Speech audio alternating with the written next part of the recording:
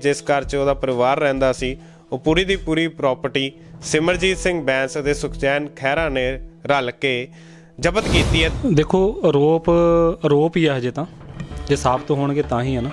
ਆਰੋਪ ਤਾਂ ਉਹਨਾਂ ਨੇ ਮੇਰੇ ਤੇ ਪਹਿਲਾਂ ਵੀ ਲਗਾਏ ਸੀਗੇ ਤੇ ਮੈਂ ਕਿਹਾ ਜੀ ਮੈਂ ਪੈਸੇ ਨਹੀਂ ਦੇ ਸਕਦਾ, ਮੈਂ ਤਾਂ ਤੁਹਾਡੇ ਤੋਂ ਪਹਿਲਾਂ ਹੀ ਪੈਸੇ ਲੈਣੇ ਆ। ਤੇ ਇਹਨਾਂ ਦਾ ਜਿਹੜਾ ਐਗਰੀਮੈਂਟ ਸੀ ਪਲਾਟ ਦਾ ਇਹਨਾਂ ਨੇ ਮੇਰੇ ਨਾਮ ਕਰ ਦਿੱਤਾ। ਹੁਣ ਤੁਸੀਂ ਇੱਕ ਗੱਲ ਦੇਖੋ, ਮੈਂ 30,000 ਰੁਪਇਆ ਦਿਨ ਧੱਕੇ ਨਾਲ ਕਰਾਇਆ ਇਹਨਾਂ ਨੇ। ਨਹੀਂ ਬਿਲਕੁਲ ਨਹੀਂ, ਧੱਕੇ ਨਾਲ ਇੱਦਾਂ ਕਿੱਦਾਂ ਕਰਾ ਸਕਦੇ ਜੀ। ਤੁਸੀਂ ਆਹ ਕਹਿ ਰਹੇ ਹੋ ਵੀ ਰਿਟਰਨ 'ਚ ਲਿਖਾਈ ਗਈ ਹੈ, ਬਟ ਇਹ ਤਾਂ ਆਰਾਮ ਨਾਲ ਤਿਆਰ ਵੀ ਕੀਤੀ ਜਾ ਸਕਦੀ ਹੈ, ਕੋਈ ਵੀ ਲਿਖ ਕੇ ਕੋਈ ਵੀ ਸਾਈਨ ਕਰ ਸਕਦਾ। ਦੇਖੋ ਜੀ ਆਰਾਮ ਨਾਲ ਤਿਆਰ ਨਹੀਂ ਕੀਤੀ। ਪਹਿਲੀ ਗੱਲ ਤਾਂ ਜਿਹੜੇ ਸਾਈਨ ਹੋਏ ਆ, ਜਿੰਨੇ ਵੀ ਮਰਜ਼ੀ ਤੁਸੀਂ ਡਾਕੂਮੈਂਟ ਚੈੱਕ ਕਰ ਲਓ, ਇਹ ਗੁਰਦੀਪ ਕੌਰ ਦੇ ਸਾਈਨ ਆ, ਉਹਦਾ ਮੋਬਾਈਲ ਨੰਬਰ ਲਿਖਿਆ ਹੋਇਆ। ਨਹੀਂ ਮੈਂ ਕਹਿੰਦਾ ਵੀ ਜੇ ਉਹ ਕਹਿੰਦੀ ਆ ਵੀ ਮੈਂ ਸੁਸਾਈਡ ਕਰ ਲੂੰਗਾ, ਮੈਂ ਕਹਿੰਦਾ ਮੇਰੀ ਇਹਨਾਂ ਇੰਨੀ ਬਦਨਾਮੀ ਕਰਾਤੀ, ਮੈਂ ਆਪਣੀ ਫੈਮਿਲੀ ਨੂੰ ਲੈ ਕੇ ਸੁਸਾਈਡ ਕਰਨਾ ਪੂਰਾ। ਸਾਡੇ ਫੈਮਿਲੀ ਦੇ ਵਿੱਚ ਵੀ ਸਾਡੇ ਤੇ ਸ਼ੱਕ ਕੀਤਾ ਜਾ ਰਿਹਾ ਕਿ ਲੱਗਿਆ ਕਿ ਤੁਹਾਨੂੰ ਇਹ ਕਿਉਂ ਕਹਿ ਰਹੇ ਇਹ ਜੀ। ਸਾਡੀ ਫੈਮਲੀਆਂ ਵੀ ਟੈਨਸ਼ਨ 'ਚ, ਉਹ ਕਹਿ ਰਹੀ ਸਾਡੀ ਸਾਰੀ ਫੈਮਲੀ ਟੈਨਸ਼ਨ 'ਚ। ਆ ਬੈਂਕ ਦੀ ਸਟੇਟਮੈਂਟ ਝੂਠੀ ਬੋਲ ਰਹੀ ਆ ਤੁਸੀਂ ਚੈੱਕ ਕਰੋ, ਇਹ 'ਚ ਕਿਸ਼ਤਾਂ ਬਾਉਂਸ ਉਹਦੀਆਂ ਹੋਈਆਂ, ਇਹ ਝੂਠੀ ਨੇ। ਇਸ ਸਮੇਂ ਸੁਰਖੀਆਂ ਦਾ ਵਿਸ਼ਾ ਬਣੇ ਹੋਏ ਆ ਸਿਮਰਜੀਤ ਸਿੰਘ ਬੈਂਸ। ਇੱਕ ਮਹਿਲਾ ਵੱਲੋਂ ਆਰੋਪ ਲਗਾਏ ਗਏ ਵੀ ਉਸ ਨਾਲ 10 ਤੋਂ ਲੈ ਕੇ 12 ਤੱਕ ਰੇਪ ਕੀਤਾ ਗਿਆ ਤੇ ਉਸਨੇ ਇੱਕ ਹੋਰ ਨਾਮ ਕਿਹਾ ਸੀ ਪ੍ਰਾਪਰਟੀ ਡੀਲਰ ਸੁਖਚੈਨ ਖਹਿਰਾ ਦਾ। ਸੁਖਚੈਨ ਖਹਿਰਾ ਵੱਲੋਂ ਕਿਹਾ ਗਿਆ ਵੀ ਦਬਾਅ ਪਾਇਆ ਗਿਆ ਸੀ ਤੇ ਉਹਦੀ ਪ੍ਰਾਪਰਟੀ ਜ਼ਬਤ ਕਰ ਲਈ ਗਈ।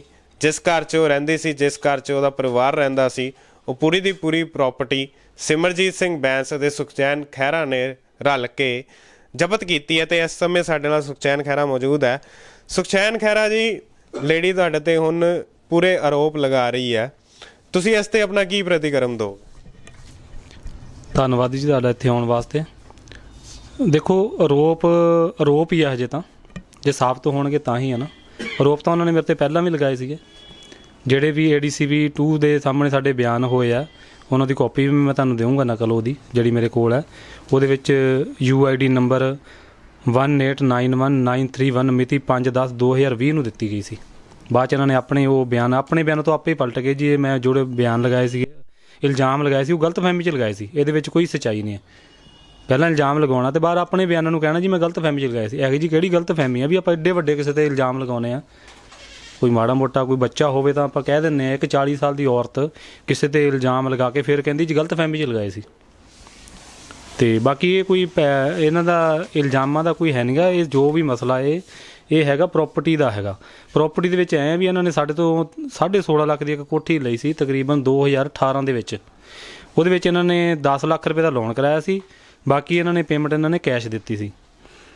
ਜਦੋਂ ਇਹਨਾਂ ਨੇ ਪੇਮੈਂਟ ਕੈਸ਼ 10 ਲੱਖ ਰੁਪਏ ਦਾ ਲੋਨ ਕਰਵਾ ਲਿਆ ਤਾਂ ਉਸ ਤੋਂ ਬਾਅਦ ਇਹਨਾਂ ਨੇ ਬੈਂਕ ਦੀ ਤਕਰੀਬਨ 2-3 ਮਹੀਨੇ ਕੋਈ ਕਿਸ਼ਤ ਹੀ ਨਹੀਂ ਭਰੀ। ਫਿਰ ਬੈਂਕ ਵਾਲੇ ਨੇ ਜੋ ਤੰਗ ਪਰੇਸ਼ਾਨ ਕੀਤਾ ਇਹਨਾਂ ਨੂੰ, ਤਾਂ ਬੈਂਕ ਵਾਲੇ ਦੇਖੋ ਹੁਣ ਆਪਾਂ ਜੇ ਲੋਨ ਲੈ ਰਹੇ ਹਾਂ ਉਹਦੀ ਤਾਂ ਕਿਸ਼ਤ ਮਹੀਨੇਵਾਰ ਜਾਣੀ, ਉਹ ਤਾਂ ਭਰਨੀ ਪੈਣੀ ਆ। ਆਪਾਂ ਜੇ ਲੋਨ ਆਪਾਂ ਲਿਆ ਤਾਂ ਕਿਸ਼ਤ ਵੀ ਆਪਾਂ ਹੀ ਭਰਾਂਗੇ, ਕੋਈ ਗੁਆਂਢੀ ਤਾਂ ਕਿਸ਼ਤ ਥੋੜ੍ਹੀ ਭਰੂਗਾ। ਜੋ ਬੈਂਕ ਵਾਲੇ ਨੇ ਤੰਗ ਪਰੇਸ਼ਾਨ ਇਹਨੂੰ ਕੀਤਾ ਤਾਂ ਇਹਨਾਂ ਨੇ 1-2 ਕਿਸ਼ਤਾਂ ਭਰਤੀਆਂ ਤੇ ਕਿਸ਼ਤਾਂ ਤੋੜ ਕੇ ਇਹਨਾਂ ਨੇ ਇੱਦਾਂ ਹੀ ਕੋਈ ਸਾਲ ਡੇਢ ਸਾਲ ਕੱਢ ਲਿਆ।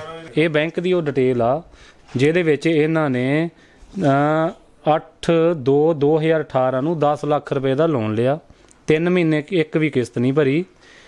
ਉਸ ਤੋਂ ਬਾਅਦ ਇਹਨਾਂ ਨੇ ਜਾ ਕੇ ਥੱਲੇ ਦੇਖੋ ਤੁਸੀਂ ਇੱਕ 20,000 ਦਾ ਹਾਈਲਾਈਟ ਕੀਤਾ ਹੋਇਆ, 20,000 ਦੀ ਇੱਕ ਅਮਾਊਂਟ ਭਰ ਦਿੱਤੀ। ਫਿਰ ਇਹਨਾਂ ਨੇ ਕੋਈ ਕਿਸ਼ਤ ਨਹੀਂ ਭਰੀ। ਫਿਰ 1-2 ਕਿਸ਼ਤਾਂ ਇੱਦਾਂ ਹੀ ਤੋੜ ਕੇ ਭਰਦੇ ਰਹੇ। ਅਤੇ ਜਦੋਂ ਬੈਂਕ ਵਾਲਿਆਂ ਨੂੰ ਜ਼ਿਆਦਾ ਤੰਗ ਪਰੇਸ਼ਾਨ ਕਰਨ ਲੱਗੇ ਤਾਂ ਫਿਰ ਇਹ ਮੇਰੇ ਕੋਲ ਦੁਬਾਰਾ ਲੇਡੀ ਆਈ, ਕਿਉਂਕਿ ਇਹਨਾਂ ਦੀ ਜਦੋਂ ਇਹ ਆਏ ਸੀ ਇੱਥੇ ਘਰ ਦੇ ਵਿੱਚ ਤਾਂ ਤਕਰੀਬਨ 1 ਮਹੀਨੇ ਬਾਅਦ ਇਹਨਾਂ ਦੇ ਹਸਬੈਂਡ ਦੀ ਡੈਥ ਹੋ ਗਈ ਸੀ। ਚਲੋ ਜਦੋਂ ਮੇਰੇ ਕੋਲ ਦੁਬਾਰਾ ਇਹ ਆਏ ਵੀ ਅਸੀਂ ਕਿਸ਼ਤਾਂ ਨਹੀਂ ਭਰ ਸਕਦੇ, ਵੀ ਮੇਰੇ ਬੱਚੇ ਦੋਨੋਂ ਉਹ ਮੇਰੇ ਕੰਮ ਨਹੀਂ ਕਰਦੇ, ਨਾ ਮੇਰੇ ਕੋਲ ਕੋਈ ਕੰਮ ਆ, ਤੁਸੀਂ ਸਾਡਾ ਮਕਾਨ ਆ ਉਹ ਵਿਕਵਾ ਦਿਓ ਤਾਂ ਜਿਹੜੇ ਬੈਂਕ ਦਾ ਉਹ ਲੋਨ ਉਤਾਰ ਦਿਓ, ਕਿਉਂਕਿ ਬੈਂਕ ਵਾਲੇ ਸਾਨੂੰ ਤੰਗ ਕਰਦੇ। ਬਾਕੀ ਇੱਕ ਇਲਜ਼ਾਮ ਲਗਾ ਰਹੀ ਆ ਵੀ ਬੈਂਕ ਵਾਲਿਆਂ ਨੂੰ ਸੁਖਚੈਨ ਸਿੰਘ ਵਾਰ-ਵਾਰ ਮੇਰੇ ਘਰੇ ਭੇਜਦਾ ਸੀ। ਹੁਣ ਬੈਂਕ ਮੈਨੇਜਰ ਕੋਈ ਬੱਚੇ ਤਾਂ ਹੈ ਨਹੀਂ ਵੀ ਮੈਂ ਉਹਨਾਂ ਨੂੰ ਦਬਾਅ ਪਾ ਕੇ ਘਰੇ ਭੇਜ ਦਾਂਗੇ। ਜੇ ਆਪਾਂ ਕੋਈ ਲੋਨ ਲਿਆ, ਜੇ ਆਪਾਂ ਉਹਦੀ ਇੰਸਟਾਲਮੈਂਟ ਟਾਈਮ ਸਿਰ ਪੇ ਨਹੀਂ ਕਰਾਂਗੇ ਤਾਂ ਉਹ ਘਰ ਤਾਂ ਜਾਣਗੇ ਬੈਂਕ। ਉਹ ਤਾਂ ਇੱਕ ਬੈਂਕ ਦਾ ਲੀਗਲ ਪ੍ਰੋਸੈਸ ਆ, ਉਹ 'ਚ ਨਾ ਤਾਂ ਮੈਂ ਕੁਛ ਕਰ ਸਕਦਾ ਨਾ ਮੈਨੇਜਰ ਕੁਛ ਕਰ ਸਕਦਾ। ਇਹ ਬੈਂਸ ਸਾਹਿਬ ਕੋਲ ਗਈ ਤਾਂ ਬੈਂਸ ਸਾਹਿਬ ਨੇ ਮੈਨੇਜਰ ਸਾਹਿਬ ਨੂੰ ਫੋਨ ਕਰਕੇ ਸਿਰਫ ਇੰਨਾ ਕਹਿ ਦਿੱਤਾ ਇਹਨਾਂ ਨੂੰ ਵੀ ਇਹਨਾਂ ਨੂੰ ਕੁਛ ਟਾਈਮ ਦਿੱਤਾ ਜਾਵੇ। ਦੇਖੋ ਬੈਂਕ ਆਪਣਾ ਪੈਸਾ ਥੋੜ੍ਹੀ ਛੱਡਦਾ। ਅਤੇ ਉਸ ਤੋਂ ਬਾਅਦ ਜਦੋਂ ਇਹਨਾਂ ਨੇ ਮੈਂ ਆਖਿਆ ਵੀ ਮੈਂ ਤਾਂ ਮਕਾਨ ਰੱਖਣਾ ਨਹੀਂ, ਕਿਉਂਕਿ ਅਸੀਂ ਤੁਹਾਨੂੰ ਮਕਾਨ ਦਿਵਾਉਣਾ ਸੀਗਾ, ਵੀ ਸਾਡਾ ਕਾਰੋਬਾਰ ਹੈਗਾ ਪ੍ਰਾਪਰਟੀ ਦਾ, ਚਲੋ ਠੀਕ ਹੈ। ਅਤੇ ਇਹਨਾਂ ਨੇ ਜਦੋਂ ਜ਼ਿਆਦਾ ਮੈਨੂੰ ਕਿਹਾ ਅਤੇ ਮੈਂ ਜਵਾਬ ਦਿੱਤਾ ਤਾਂ ਫਿਰ ਇਹ ਬੈਂਸ ਸਾਹਿਬ ਕੋਲ ਚਲੇ ਗਏ। ਬੈਂਸ ਸਾਹਿਬ ਦਾ ਮੈਨੂੰ ਫੋਨ ਆਇਆ ਵੀ ਤੁਸੀਂ ਇਹਨਾਂ ਦਾ ਜਿਹੜਾ ਮਕਾਨ ਆ ਉਹ ਰੱਖ ਲਓ, ਵੀ ਇਹ ਕਿਸ਼ਤ ਨਹੀਂ ਭਰ ਸਕਦੇ, ਇਹਨਾਂ ਕੋਲ ਕੰਮਕਾਰ ਹੈ ਨਹੀਂ ਗਾ ਕੋਈ, ਵੀ ਇਹਨਾਂ ਨੂੰ ਬੈਂਕ ਦਾ ਜਿਹੜਾ ਉਹ ਨਿਪਟਾਰਾ ਕਰਾ ਦਿਓ, ਬਾਕੀ ਜਿਹੜਾ ਇਹਨਾਂ ਦਾ ਉੱਪਰਲਾ ਕੈਸ਼ ਹੈ ਇਹਨਾਂ ਨੂੰ ਉਹ ਦੇ ਦਿਓ। ਇਹਨਾਂ ਦੇ ਕਿਸ਼ਤਾਂ ਜਿਹੜੀਆਂ ਇਹਨਾਂ ਤੋੜ ਕੇ ਭਰੀਆਂ। ਉਸ ਤੋਂ ਬਾਅਦ ਵੀ ਇਹਨਾਂ ਦਾ 10,40,000 ਰੁਪਇਆ ਬੈਂਕ ਨੂੰ ਦੇਣ ਵਾਲਾ ਖੜਾ ਸੀ ਉਦੋਂ ਤੱਕ। ਤੇ ਫਿਰ ਜਦੋਂ ਮੈਂ ਬੈਂਸ ਸਾਹਿਬ ਨੂੰ ਕਿਹਾ, ਮੈਂ ਕਿਹਾ ਜੀ ਇਹਨਾਂ ਦੇ ਜਿਹੜਾ ਘਰ ਜਿਸ ਤਰ੍ਹਾਂ ਉਹਨਾਂ ਨੇ ਦਿੱਤਾ ਸੀ ਨਾ, ਜਿਹੜੀ ਕੰਡੀਸ਼ਨ ਦੇ ਵਿੱਚ ਵਧੀਆ ਕੋਠੀ ਬਣੀ ਹੋਈ ਸੀ, 15 ਲੱਖ ਦੇ ਵਿੱਚ ਇਹਨਾਂ ਨੇ 40,000 ਰੁਪਏ ਬੈਂਕ ਜਮ੍ਹਾਂ ਕਰਾ ਦਿੱਤਾ ਜੀ, ਜਿਹੜਾ 10,40,000 ਰੁਪਏ ਸੀਗਾ, ਤੇ 4,60,000 ਰੁਪਏ ਇਹਨਾਂ ਨੇ ਕੈਸ਼ ਲੈ ਲਿਆ। ਉਸ ਤੋਂ ਤਕਰੀਬਨ 2-3 ਮਹੀਨੇ ਬਾਅਦ ਇਹ ਲੋਕਡਾਊਨ ਲੱਗ ਗਿਆ, ਤੇ ਲੋਕਡਾਊਨ ਲੱਗਣ ਤੋਂ ਬਾਅਦ ਜਦੋਂ ਲੋਕਡਾਊਨ ਖੁੱਲ੍ਹਿਆ ਤਾਂ ਮੇਰੇ ਕੋਲ ਦੁਬਾਰਾ ਫੇਰ ਆਏ, ਮੈਨੂੰ ਕਹਿਣ ਲੱਗੇ ਵੀ ਜਿਹੜੇ ਤੁਸੀਂ ਪੈਸੇ ਦਿੱਤੇ ਸੀ ਅਸੀਂ ਉਹ ਖਰਚ ਲਏ ਆ, ਸਾਡੇ ਕੋਈ ਕੰਮ ਤੇ ਨਿੱਜੀ ਕੰਮ ਸੀ, ਤਾਂ ਤੁਸੀਂ ਸਾਨੂੰ ਜਿਹੜਾ ਜੱਸੋਵਾਲ ਦਾ ਪਲਾਟ ਦਵਾਇਆ ਉਹ ਵੇਚੋ ਸਾਡਾ। ਮੈਂ ਕਿਹਾ ਜੀ ਹੁਣ ਤਾਂ ਲੋਕਡਾਊਨ ਖੁੱਲ੍ਹਿਆ, ਹਜੇ ਤਾਂ ਲੋਕਾਂ ਨੂੰ ਆਪਣੇ ਖਾਣ ਪੀਣ ਦੀ ਪਈ ਆ, ਪ੍ਰੋਪਰਟੀ ਇਸ ਟਾਈਮ ਕੌਣ ਲੈ ਰਿਹਾ, ਵੀ ਜੇ ਤੁਸੀਂ ਅੱਜ ਵੇਚੋਗੇ ਤਾਂ ਉਹ ਘੱਟ ਰੇਟ 'ਤੇ ਵਿਕੂਗਾ, ਜਾਂ ਤੁਸੀਂ ਘੱਟ ਰੇਟ 'ਤੇ ਵੇਚ ਲਓ, ਨਹੀਂ ਤਾਂ ਤੁਸੀਂ ਵੇਟ ਕਰ ਲਓ। ਮੈਂ ਕਿਹਾ ਜੀ ਮੈਂ ਇਹ 'ਚ ਕੁਛ ਨਹੀਂ ਕਰ ਸਕਦਾ। ਇਹ ਫਿਰ ਬੈਂਸ ਸਾਹਿਬ ਕੋਲ ਚਲੇ ਗਏ, ਬੈਂਸ ਸਾਹਿਬ ਦਾ ਮੈਨੂੰ ਫੋਨ ਆ ਗਿਆ, ਉਹ ਕਹਿੰਦੇ ਵੀ ਤੁਸੀਂ ਪਲਾਟ ਇਹਨਾਂ ਦਾ ਵੇਚੋ। ਮੈਂ ਕਿਹਾ ਜੀ ਪਲਾਟ ਇਹਨਾਂ ਦਾ, ਆਸੇ-ਪਾਸੇ ਇੰਨੇ ਡੀਲਰ ਬੈਠੇ ਆ, ਜਿਹਨੂੰ ਮਰਜ਼ੀ ਕਹਿ ਦੇਣ ਪਲਾਟ ਵੇਚਣਾ, ਜਿੱਥੇ ਇਹਨਾਂ ਦਾ ਮਹਿੰਗਾ ਵਿਕਦਾ ਵੇਚ ਲੈਣ, ਮੈਨੂੰ ਤਾਂ ਕੋਈ ਦਿੱਕਤ ਨਹੀਂ। ਫਿਰ ਇਹ ਕਈਆਂ ਡੀਲਰਾਂ ਕੋਲ ਜਾਏ, ਕਿਸੇ ਨੇ ਇਹਦਾ ਪਲਾਟ ਨਹੀਂ ਖਰੀਦਿਆ। ਇਹ ਦੁਬਾਰਾ ਫਿਰ ਮੇਰੇ ਕੋਲ ਆ ਗਏ, ਨਹੀਂ ਜੀ ਕਹਿੰਦੇ ਤੁਸੀਂ ਅੱਗੇ ਤੁਸੀਂ ਕੋਠੀ ਸਾਡੀ ਤੁਸੀਂ ਵਿਕਾਈ ਆ, ਤੁਸੀਂ ਸਾਨੂੰ ਦਵਾਈ ਆ, ਅਤੇ ਪਲਾਟ ਵੀ ਸਾਡਾ ਤੁਸੀਂ ਵਿਕਾਓ। ਚਲੋ ਬੈਂਸ ਸਾਹਿਬ ਕਹਿੰਦੇ ਵੀ ਤੁਸੀਂ ਇੱਦਾਂ ਕਰੋ, ਇਹਨਾਂ ਨੂੰ ਇਸ ਪਲਾਟ ਦੇ ਬਦਲੇ 1,20,000 ਰੁਪਇਆ ਦੇ ਦਿਓ ਅਤੇ ਇਹਨਾਂ ਦਾ ਪਲਾਟ ਰੱਖ ਲਓ। ਮੈਂ ਕਿਹਾ ਜੀ ਮੇਰਾ ਹਜੇ ਨਹੀਂ ਲੈ ਸਕਦਾ। ਫਿਰ ਉਹ ਕਹਿੰਦੇ ਵੀ ਤੁਸੀਂ ਇੱਦਾਂ ਕਰੋ, ਇਹਨਾਂ ਨੂੰ ਕੋਈ 20,000 ਰੁਪਇਆ ਘਰ ਵਾਸਤੇ ਖਰਚਣ ਵਾਸਤੇ ਚਾਹੀਦਾ, ਉਹ ਦੇ ਦਿਓ, ਅਤੇ ਜਦੋਂ ਇਹਨਾਂ ਦਾ ਪਲਾਟ ਵਿਕੂਗਾ ਤਾਂ ਤੁਸੀਂ ਆਪਣੇ ਪੈਸੇ ਕੱਟ ਲਿਓ।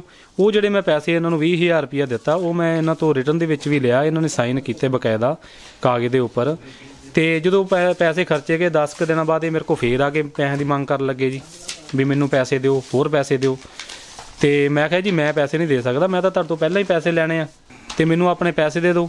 ਅਤੇ ਬੈਂਸ ਸਾਹਿਬ ਕਹਿੰਦੇ ਵੀ ਇਹਨਾਂ ਤੋਂ ਪਲਾਟ ਨਹੀਂ ਵਿਕਣਾ, ਤੁਸੀਂ ਇੱਦਾਂ ਕਰੋ, ਇਹਨਾਂ ਦਾ ਨਾ ਪਲਾਟ ਵੇਚ ਦਿਓ, ਅਤੇ ਜਾਂ ਤੁਸੀਂ ਰੱਖ ਲਓ ਇਹਨਾਂ ਦਾ 1,20,000 ਦੇ ਪਿੱਛੇ ਇਹਨਾਂ ਨੂੰ ਪੈਸੇ ਦੇ ਦਿਓ। ਚਲੋ ਉਹ ਸਾਡੇ ਹੁਣ ਹਲਕੇ ਦੇ ਚੁਣੇ ਹੋਏ ਨੁਮਾਇੰਦੇ ਆ, ਕਿਤੇ ਬੰਦਾ ਸੋਚਦਾ ਚਲੋ ਇਹ ਵਾਰ-ਵਾਰ ਜਾਂਦੇ ਆ ਜੀ, ਕਦੇ ਮੈਨੂੰ ਫੋਨ ਆਉਂਦੇ ਆ, ਕਦੇ ਮੈਨੂੰ ਫੋਨ ਕਰਦੀ, ਤੰਗ ਪਰੇਸ਼ਾਨ ਕਰਦੀ ਹੈ, ਚਲੋ ਆਪਾਂ ਇਹਨਾਂ ਦਾ ਪਲਾਟ ਰੱਖ ਲੈਂਦੇ, ਇਹਨਾਂ ਨੂੰ ਪੈਸੇ ਦੇ ਦਿੰਦੇ ਹਾਂ। ਮੈਂ ਜੀ 20,000 ਪਹਿਲਾਂ ਦਿੱਤਾ ਸੀਗਾ, ਉਸ ਤੋਂ ਬਾਅਦ 35,000 ਰੁਪਏ ਇੱਕ ਦਿੱਤਾ ਇਹਨਾਂ ਨੂੰ, 35,000 ਰੁਪਏ ਇੱਕ ਦਿੱਤਾ, ਟੋਟਲ 90,000 ਰੁਪਏ ਚਲ ਗਿਆ, 30,000 ਦਾ ਰਹਿ ਗਿਆ। ਇਹ ਮੈਨੂੰ ਕਹਿੰਦੇ ਵੀ ਮੈਨੂੰ 15-20 ਦਿਨਾਂ ਤੱਕ ਤੁਸੀਂ ਆਪੇ ਦੇ ਦਿਓ ਪੈਸੇ। ਮੈਂ ਕਿਹਾ ਠੀਕ ਹੈ ਜੀ। ਔਰ ਮੈਨੂੰ ਦੂਜੇ ਦਿਨ ਹੀ ADCP 2 ਦੇ ਦਫ਼ਤਰ ਤੋਂ ਫੋਨ ਆਉਂਦਾ ਵੀ ਤੁਹਾਡੇ ਖਿਲਾਫ ਗੁਰਦੀਪ ਕੌਰ ਨੇ ਇੱਕ ਦਰਖਾਸਤ ਦਿੱਤੀ ਹੈ ਅਤੇ ਤੁਸੀਂ ਆ ਕੇ ਇੱਥੇ ਮਿਲੋ। ਮੈਂ ਕਿਹਾ ਜੀ ਸਾਡੇ ਤਾਂ ਬੈਂਸ ਸਾਹਿਬ ਦੇ ਦਫ਼ਤਰ ਦੇ ਵਿੱਚ ਸਮਝੌਤਾ ਹੋਇਆ 30,000 ਰੁਪਏ ਰਹਿੰਦਾ, ਉਹਦਾ ਗੁਰਦੀਪ ਕੌਰ ਦਾ ਟਾਈਮ ਪਾਇਆ ਹੋਇਆ, ਅਸੀਂ ਉਹ ਦੇ ਦੇਣਾ ਪੈਸੇ ਇਹਨੂੰ। ਕਹਿੰਦੇ ਨੇ ਜੀ ਤੁਸੀਂ ਇੱਥੇ ਆ ਕੇ ਮਿਲੋ। ਜਦੋਂ ਮੈਂ ਉੱਥੇ ਗਿਆ ਤਾਂ ਉਹਨਾਂ ਨੇ ਮੇਰੇ 'ਤੇ ਕਈ ਗੰਭੀਰ ਆਰੋਪ ਲਗਾਏ, ਜਿਹੜੇ ਕਿ ਬੰਦੇ ਦੀ ਸੋਚ ਸਮਝ ਤੋਂ ਵੀ ਪਰੇ ਹੁੰਦੇ ਆ, ਵੀ ਮੇਰੇ ਨਾਲ ਇਹਨੇ ਜ਼ਬਰਦਸਤੀ ਕਰਨ ਦੀ ਕੋਸ਼ਿਸ਼ ਕੀਤੀ ਜੀ, ਇੱਦਾਂ ਕੀਤਾ ਜੀ, ਉਹ ਕੀਤਾ, ਬੜੇ ਲਾਏ ਜੀ। ਚਲੋ ਮੈਂ ਬੈਂਸ ਸਾਹਿਬ ਨੂੰ ਫੋਨ ਕੀਤਾ, ਮੈਂ ਕਿਹਾ ਜੀ ਇੱਥੇ ਤਾਂ ਇਹਨਾਂ ਨੇ ਆਹ ਕੁਛ ਕੀਤਾ ਹੋਇਆ। ਉਹ ਕਹਿੰਦੇ ਕੋਈ ਗੱਲ ਨਹੀਂ, ਜੋ ਗੱਲ ਹੋਈ ਆਪਣੇ ਦਫ਼ਤਰ ਦੇ ਵਿੱਚ, ਜੋ ਸਮਝੌਤਾ ਹੋਇਆ ਮੈਂ SP ਸਾਹਿਬ ਨੂੰ ਕਹਿ ਦਿੰਦਾ, ਅਤੇ ਉਹ ਇਨਕੁਆਇਰੀ ਕਰਕੇ ਜੋ ਤੁਹਾਡੀ ਰਿਪੋਰਟ ਬਣਦੀ ਬਣਾ ਦੇ। ਮੈਂ ਕਿਹਾ ਠੀਕ ਹੈ ਜੀ।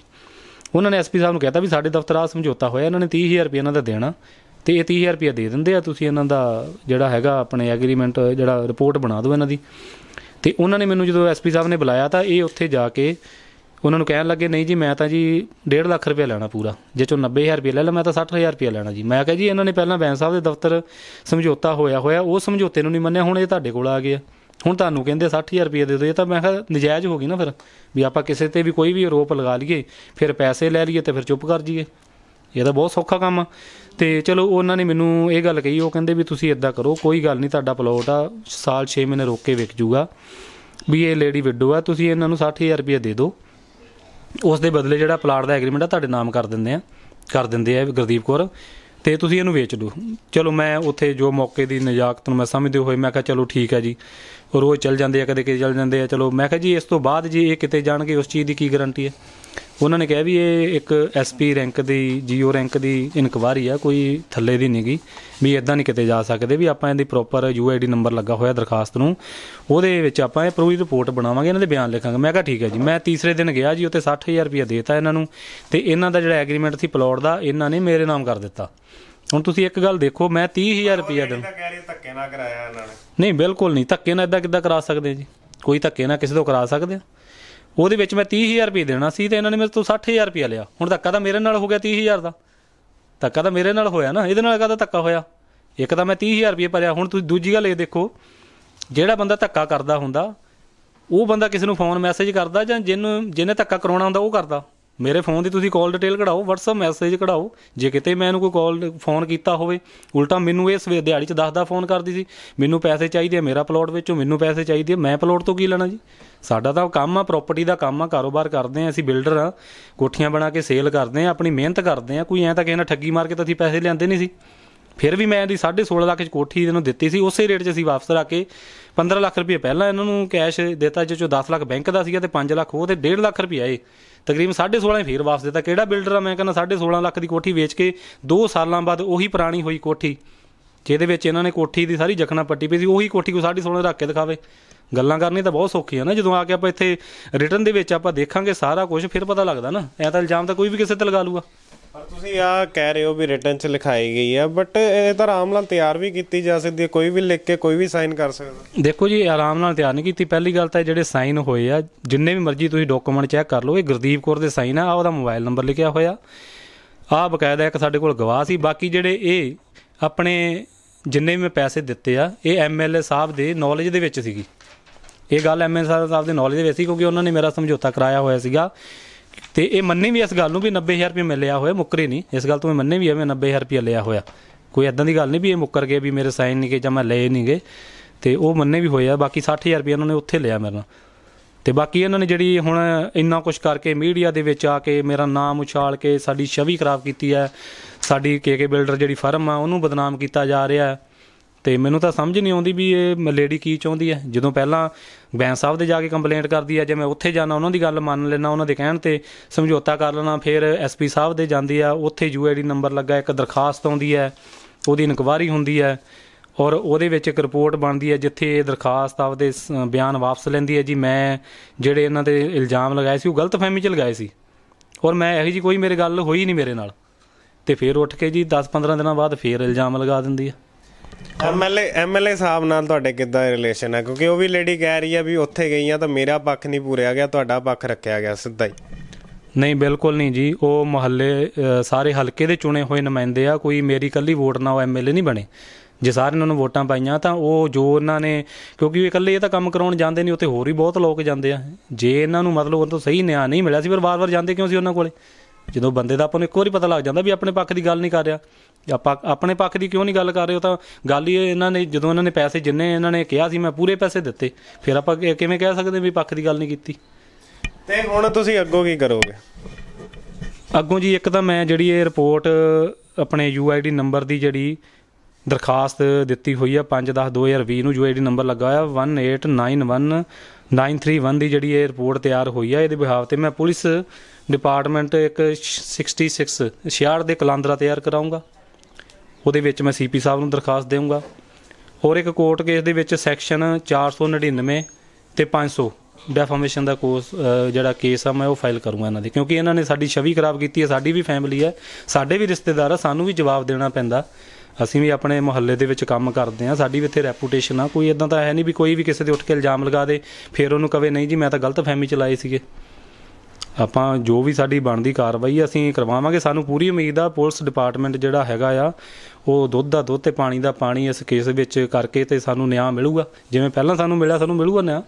ਉਹ ਲੇਡੀ ਕਹਿ ਰਹੀ ਹੈ ਵੀ ਮੇਰੇ ਤੇ ਇੰਨਾ ਕੁ ਦਬਾਅ ਪਾਇਆ ਗਿਆ ਕਿ ਮੈਂ ਪਿੱਛੇ ਬੇਹੋਸ਼ ਵੀ ਹੋਈ ਹਾਂ ਤੇ ਆਉਣ ਵਾਲੇ ਦਿਨਾਂ 'ਚ ਮੈਂ ਸੁਸਾਈਡ ਵੀ ਕਰ ਸਕਦੀ ਹਾਂ, ਤੇ ਤੁਸੀਂ ਸਿੱਧਾ ਹੀ ਹੁਣ ਧਮਕੀ ਦੇ ਰਹੇ ਹੋ ਵੀ ਡੈਫਾਮੇਸ਼ਨ ਮੈਂ ਕਰ ਦਾਂਗਾ। ਉਹ ਲੇਡੀਜ਼ ਤਾਂ ਸਰ ਕਿਸੇ ਤੇ ਵੀ ਐਲੀਗੇਸ਼ਨ ਲਾ ਸਕਦੀ, ਲੇਡੀਜ਼ ਕਿਸੇ ਨੂੰ ਵੀ ਦਵਾ ਸਕਦੀ। ਜੋ ਵੀ ਲੇਡੀਜ਼ ਕਹਿ ਰਹੀ ਆ ਲੇਡੀ ਦੇ ਥੋੜੀ ਸੱਚ ਮੰਨਿਆ ਜਾਏਗਾ, ਇੰਨੇ ਬੰਦੇ ਸਾਰੇ ਝੂਠੇ ਥੋੜੀ ਆ। ਦੇਖੋ ਜੀ, ਜਿਹੜੀ ਮੈਂ ਕਹਿੰਦਾ ਵੀ ਜੇ ਨਹੀਂ ਮੈਂ ਕਹਿੰਦਾ ਵੀ ਜੇ ਉਹ ਕਹਿੰਦੀ ਆ ਵੀ ਮੈਂ ਸੁਸਾਈਡ ਕਰ ਲੂੰਗਾ, ਮੈਂ ਕਹਿੰਦਾ ਮੇਰੀ ਇਹਨਾਂ ਇੰਨੀ ਬਦਨਾਮੀ ਕਰਾਤੀ, ਮੈਂ ਆਪਣੀ ਫੈਮਿਲੀ ਨੂੰ ਲੈ ਕੇ ਸੁਸਾਈਡ ਕਰਨਾ ਪੂਰਾ, ਉਸ ਚੀਜ਼ ਦਾ ਕੌਣ ਜ਼ਿੰਮੇਵਾਰ ਆ? ਕੋਈ ਵੀ ਬੰਦਾ ਕਿਸੇ ਵੀ ਤਾਂ ਸੁਸਾਈਡ ਕਰ ਲੇ, ਮੈਂ ਤੁਹਾਡੇ ਤੇ ਐਲੀਗੇਸ਼ਨ ਲਾ ਦਿੰਦਾ, ਮੈਂ ਸੁਸਾਈਡ ਕਰ ਲੈਣਾ। ਮੇਰੇ 2 ਬੱਚੇ ਆ, ਮੇਰੀ ਪੂਰੀ ਫੈਮਿਲੀ ਲੈ ਕੇ ਮੈਂ ਸੁਸਾਈਡ ਕਰਨਾ ਜਾ ਕੇ, ਫਿਰ ਦੱਸੋ ਕਿਤੇ ਕਾਰਵਾਈ ਹੋਊਗੀ? ਇਹ ਤਾਂ ਆਪਾਂ ਇਦਾਂ ਥੋੜੀ ਵੀ ਕਿਸੇ ਤੇ ਜੋ ਸਟਾਮ ਵਗੈਰਾ ਸਾਰਾ ਕੁਝ ਆ, ਤੁਸੀਂ ਸਾਰਾ ਕੁਝ ਚੈੱਕ ਕਰਾ ਸਕਦੇ ਹੋ, ਸਾਈਨ ਕਰਾ ਸਕਦੇ ਹੋ। ਸਾਡਾ ਬ੍ਰਦਰ ਆ, ਮੇਰਾ ਸੁਖਚੈਨ ਨੇ ਜੀ, ਤੁਸੀਂ ਕਾਲ ਡਿਟੇਲ ਚੈੱਕ ਕਰਾ ਸਕਦੇ ਹੋ। ਫੋਨ ਉਹ ਲਾ ਰਹੀ ਲੇਡੀਜ਼, WhatsApp ਕਾਲਾਂ ਉਹ ਕਰ ਰਹੀ ਹੈ, ਇਲਜ਼ਾਮ ਵੀ ਉਹ ਲਗਾ ਰਹੀ ਆ। ਸਾਨੂੰ ਸਮਝ ਨਹੀਂ ਆ ਰਿਹਾ ਕਾਨੂੰਨ ਕੱਲਾ ਉਹਦਾ ਥੋੜੀ ਹੋ ਗਿਆ।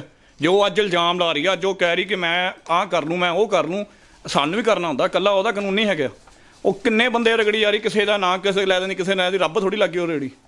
ਤੇ ਆਹ ਹੈਂਡ ਰਾਈਟਿੰਗ ਵੀ ਉਹਦੀ ਆਪਦੀ ਆ, ਜਿਹੜਾ ਲਿਖਿਆ ਹੋਇਆ ਹੈਂਡ ਰਾਈਟਿੰਗ ਵੀ ਉਹਦੀ ਆਪਦੀ ਆ, ਸਾਈਨ ਉਹਦੇ ਆਪਦੇ ਕੀਤੇ ਹੋਏ ਆ। ਤੁਸੀਂ ਚੈੱਕ ਕਰਾ ਸਕਦੇ ਹੋ, ਇਹ ਸਾਈਨ ਚੈੱਕ ਕਰਾ ਸਕਦੇ ਹੋ, ਉਹਦੇ ਮੋਬਾਈਲ ਨੰਬਰ ਚੈੱਕ ਕਰਾ ਸਕਦੇ ਹੋ। ਬਾਕੀ ਆਪਾਂ ਜਿੰਨੇ ਵੀ ਅਸੀਂ ਇਦਾਂ ਨਹੀਂ ਕੋਈ ਇਲਜ਼ਾਮ ਲਗਾ ਸਕਦਾ, ਕਿਸੇ ਨੂੰ ਇਦਾਂ ਨਹੀਂ ਕੋਈ ਬਦਨਾਮ ਕਰ ਸਕਦਾ। ਮੇਰੇ ਬ੍ਰਦਰ ਦੀ ਛਵੀ ਵੀ ਖਰਾਬ ਹੋ ਰਹੀ, ਸਾਡੇ ਮੁਹੱਲੇ 'ਚ ਛਵੀ ਖਰਾਬ ਹੋ ਰਹੀ ਪੂਰੀ।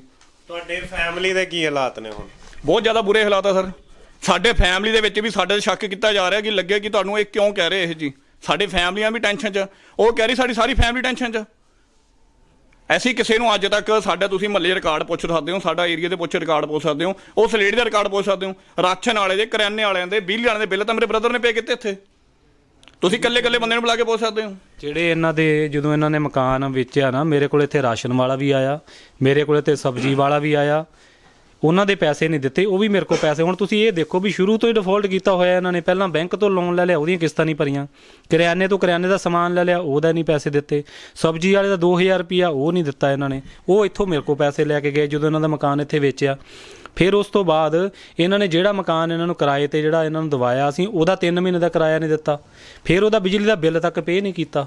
ਫਿਰ ਉੱਥੇ ਇੱਕ ਲੇਡੀ ਹੋਰ ਆ, ਉੱਥੋਂ ਇਹਨਾਂ ਨੇ ਤੁਸੀਂ ਲੇਡੀਜ਼ ਪੁੱਛ ਸਕਦੇ ਹੋ, ਆ ਝੂਠੀ ਆ, ਆ ਬੈਂਕ ਦੀ ਸਟੇਟਮੈਂਟ ਝੂਠੀ ਬੋਲ ਰਹੀ ਆ ਤੁਸੀਂ ਚੈੱਕ ਕਰੋ, ਇਹ 'ਚ ਕਿਸ਼ਤਾਂ ਬਾਉਂਸ ਉਹਦੀਆਂ ਹੋਈਆਂ, ਇਹ ਝੂਠੀ ਨੇ।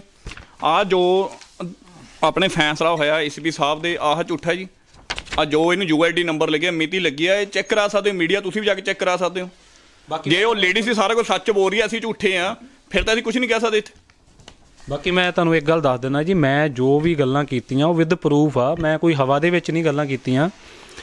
ਇਲਜ਼ਾਮ ਆਪਾਂ ਜੇ ਮੈਂ ਇਲਜ਼ਾਮ ਲਾਉਣੇ ਹੁਣ ਮੈਂ ਜਿੱਤੇ ਮਰਜ਼ੀ ਲਾ ਦਾਂ, ਬਾਅਦ 'ਚ ਮੈਂ ਦੂਜੇ ਦਿਨ ਕਹਿ ਦਾਂ ਜੀ ਨਹੀਂ ਜੀ ਮੈਂ ਤਾਂ ਇਹ ਗਲਤ ਫਹਿਮੀ 'ਚ ਲਾਈ ਸੀ। ਨਾ, ਬਿਲਕੁਲ ਨਹੀਂ, ਸਾਡੀ ਜ਼ਮੀਰ ਇਜਾਜ਼ਤ ਨਹੀਂ ਦਿੰਦੀ ਇਹ ਗੱਲ।